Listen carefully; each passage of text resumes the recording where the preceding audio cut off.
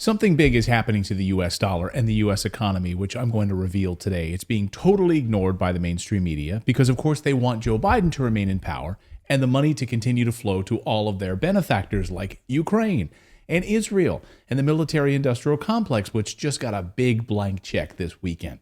It's like a free money printing press, and they don't want to shut it down. They will not shut it down. I'm going to show you how these two different economies right now are really emerging and how I'm preparing for it big time right now. And you should too. If you care about your financial future, you care about your money, you care about your family, I want you to pay attention to how these two economies are emerging right now. But first, some context and an update on all of this Ukraine spending over the weekend. So just this week, corrupt Speaker of the House, a man by the name of Mike Johnson, moved ahead with sending billions more to Ukraine, even though 70% of Americans said, no, we don't want you to do that. You're going to send American money to the most corrupt government in Europe so more people can die, so more people can wind up like this? Look at this massive graveyard now in Ukraine. We don't want that. Why don't you invest that money in the United States? This new budget, of course, includes nothing for America's wide open border, even though Johnson himself promised we are going to fund the border. Our main focus is closing the border, he said. I'm telling all of you, and we've told the American people, border, border, border. He was lying, of course. And of course, Saturday, the House of Representatives passed a massive tranche of new money going to Ukraine and to Israel, $60 billion to Ukraine. It was so disgusting. I mean, I can't even believe. I can't even believe my eyes that members of Congress on the floor of the House of Representatives waving Ukrainian flags around like little sycophantic babies. I couldn't believe what I was seeing. Because, look, it's all controlled and planned, right? We're going to hand out little Ukraine flags. Americans during an election year, their border is wide open. You're sending $60 billion so people can die. I can't wrap my head around this. And we are just pawns to them right now. So we are seeing a tale of two economies emerging right in front of our eyes in the United States, where the rich will get richer and the poor will get poorer. And the separation between these two systems has never been greater. So to understand this, you need to have some context here. And I guarantee you that what I'm about to explain to you is vital to understand all of this. So first, we have to look at what Trump did and then what Biden did to undo a lot of it, but kept some key pieces in place. This is very important to understand. Okay, so Trump understood that in order to protect America, you have to protect America's demographics. That means save the middle class. In order to save the middle class, you can't have the middle class fighting for jobs against illegal immigrants. It just doesn't work, right? So Trump had to build a wall. Democrats called him xenophobic and a racist, but he was 100% correct. Biden then opened the border. Millions of illegal aliens flooded in. Crime skyrocketed. Money reserved for American city services being taken away from Americans and given to illegals. I will not demonize immigrants saying they are poison in the blood of our country. I just spoke with J.J. Carroll, who spent 24 years as a supervisor for the Customs and Border Protection. He was on the front lines. He told me that Biden reversed all of Trump's policies within the first 24 hours of his presidency. Right now, as you and I speak, we're averaging anywhere from 7 to 15,000 illegal aliens coming in our border every day, arrested and released. I'm telling you, the vast majority single adult military age men with criminal histories that we don't know anything about, and we're releasing them into our society. But Trump also understood that building a wall was just not enough. Trump then also used tariffs to stop the flood of cheap goods pouring across the border, help American companies to level the playing field against IP theft, malware, reverse engineering of technologies from China. So he put all of these tariffs and protections against China and other countries to protect American businesses. And he incentivized companies to start manufacturing again in the United States. Trump also wanted to get the microchip industry and critical technologies back into the United States soil. And they developed the CHIPS Act, which Biden then eventually signed into law, trying to take credit for it. It was our CHIPS Act. No, it wasn't. So now we have a manufacturing boom in the United States, and the economy is on fire, but the US dollar is collapsing. It's a very weird moment, the tale of these two economies emerging right now.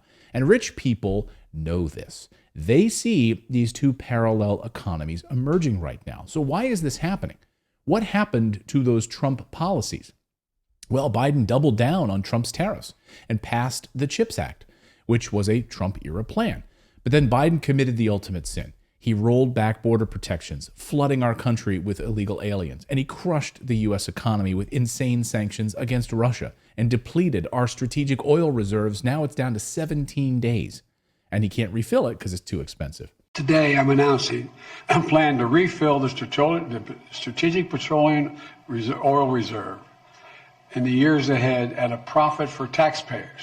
Today, the Biden administration announced that it's going to pull back its plans to refill the SPR, the Strategic Petroleum Reserve. You know, they drained that to try and bring gas prices down earlier. Well, they've been trying to fill it back up, but now it is way too expensive. See, rich people understand this. They know that Biden wants to create an economy where the poor are reliant on the government. Having as many people as possible relying on the government makes them permanent voters for your party. But of course, in order to do that, inflation will remain high because the flood of immigrants and the lack of homes and food, we're seeing surging inflation in the United States. So inflation will become the biggest problem that America faces. And it won't hurt rich people, but it sure as hell will hurt poor Americans when their dollar doesn't go as far. Everything costs 30% more right now. Even the front page of the Wall Street Journal this morning talks about how Americans just can't deal with the high prices of everything. So now they're sick and tired of the Fed, waiting on the Fed to sell their homes. They're just listing them. They're like, you know what? These interest rates are never coming down. We're just listing them. We can't handle it anymore. Now here's a real shocker. This is from the Kobisi letter.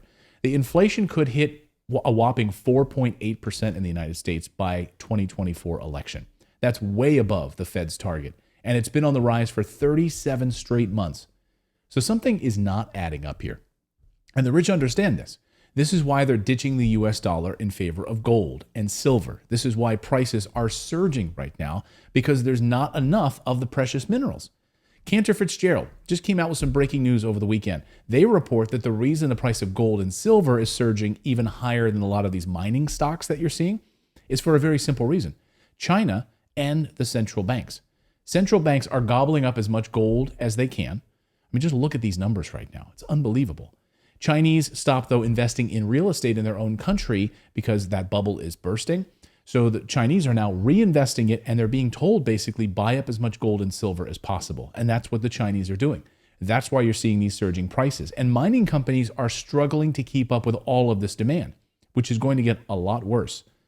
It's like a basketball right now being shoved through a garden hose because of all of this demand. On a personal level, I'm positioning myself and my money right now around what's happening with gold and silver. We have a stunning window right now. I think maybe like a 2-year window of opportunity. We already know what's happening with gold prices, skyrocketing, right? And UBS out with a price target of $4,000 for an ounce of gold. Holy smokes. But also silver. Price targets now for silver skyrocketing as well. The US dollar collapsing. It's going to crush the poor and the middle class. But the rich are buying commodities like gold, silver, oil, and gas futures. They're doing all of that, right? They know what's coming. But again, poor and middle class people get screwed because they're not prepared for it. Guys, I hope you are making moves right now to protect your family because of what's going to happen to the US dollar, the continued inflation. Are you putting money away from the US dollar right now into gold and silver, other precious minerals, other commodities? I'd love to hear exactly what you're doing right now to position your money into real estate. What other tangible assets are you currently buying right now?